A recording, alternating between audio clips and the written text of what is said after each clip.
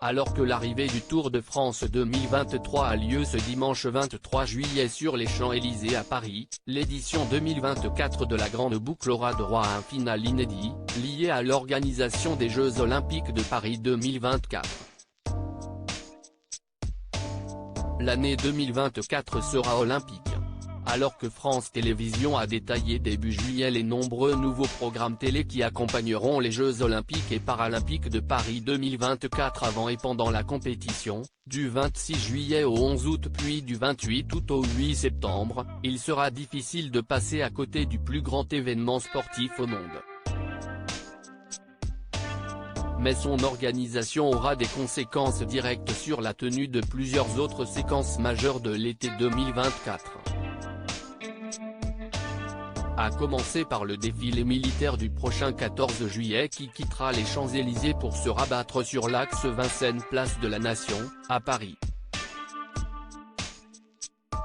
La place de la Concorde accueillant des épreuves olympiques, l'imposante estrade présidentielle ne pourra en effet y être montée l'année prochaine.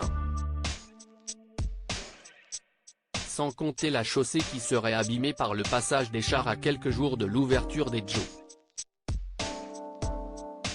Tour de France 2024, pourquoi l'arrivée des cyclistes ne se fera pas sur les Champs-Élysées?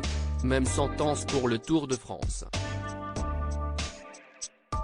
Alors que son édition 2023 referme ses portes ce dimanche 23 juillet avec la traditionnelle arrivée sur les Champs-Élysées avec le passage des coureurs rue de Rivoli et place de la Concorde, la 21e et dernière étape du Tour de France 2024 aura exceptionnellement lieu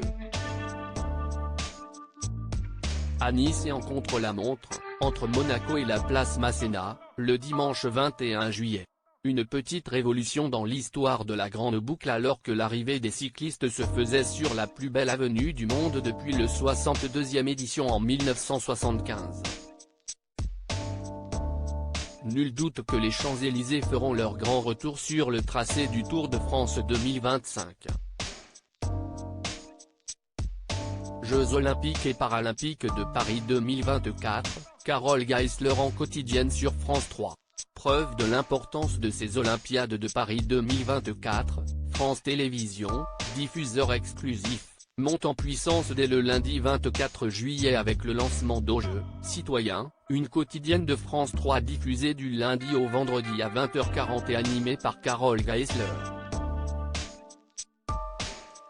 Entouré de plusieurs grands champions, le handballeur Lucas Ballot, Stéphane Diaragana, la basketteuse Céline Dumer, Laure Manodou, la boxeuse Sarah Oramoun, Marie-Josée Pérec ou encore Théo Curin, la journaliste proposera à travers ce magazine de nombreux reportages et suivra notamment la préparation de nos champions.